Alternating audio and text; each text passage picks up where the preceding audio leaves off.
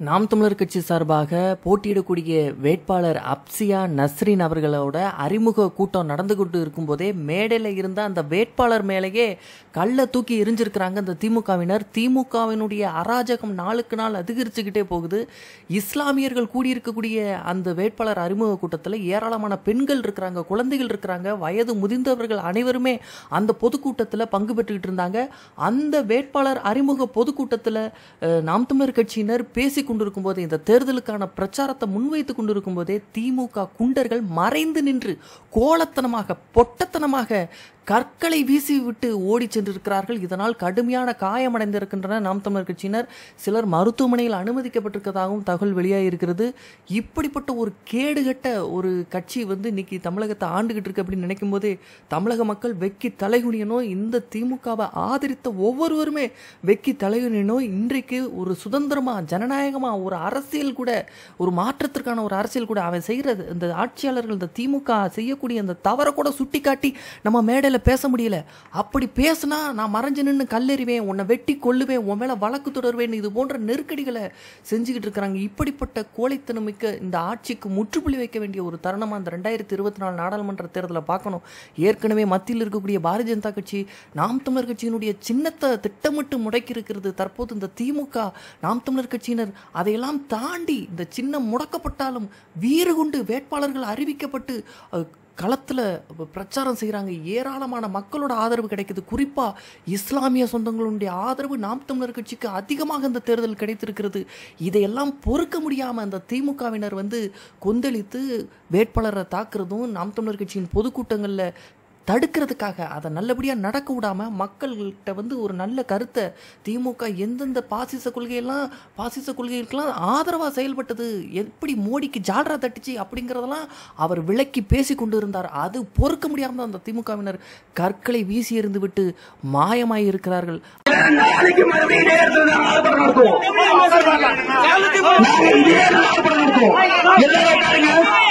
எத்தனை பேர் அடிக்கிறாங்க உட்காருங்க,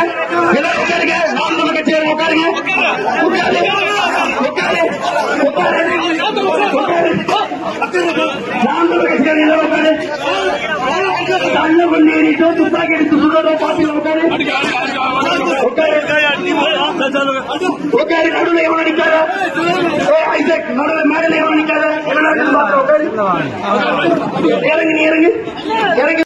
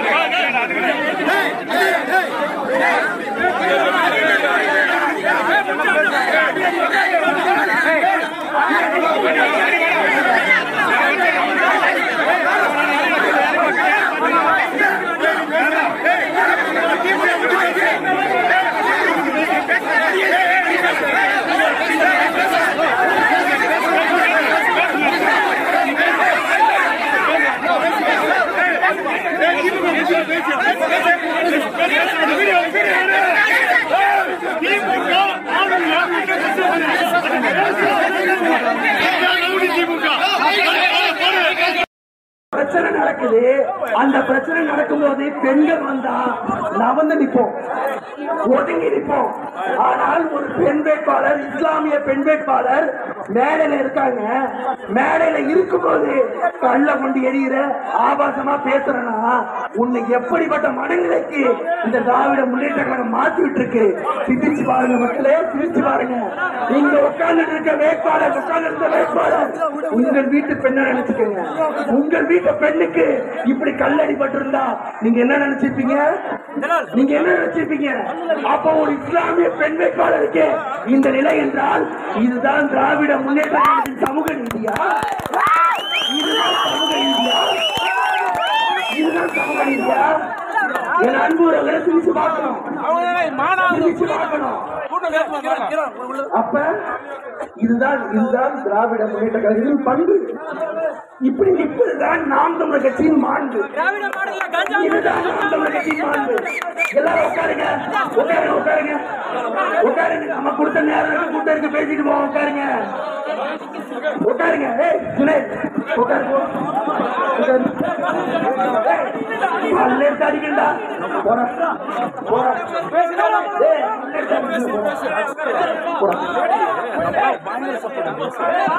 அப்ப சிரிச்சு பாருங்க மக்களே.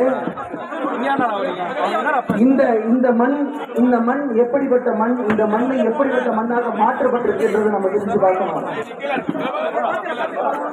இதுவரை அரக்கோணம் பாராளுமன்ற தொகுதியில் ஒரு பெண் வேட்பாளர் கூட இந்தியா சுதந்திரம் பெற்ற பிறகு இல்ல. முதல் முறையாக இதில் புரட்சி செய்தது நாம் தமிழர் கட்சி.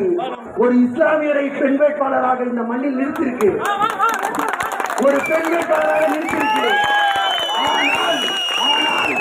ஆனால் இந்த பெண் வேட்பாளர் மேடையில் இருக்கும்போது இந்த பெண் வேட்பாளருக்கு எதிராக கல்லை கொண்டு எடுத்தது இந்த திமுக. இது வரலாற்று பிழை இந்த மண்ணில் செய்திருக்கு.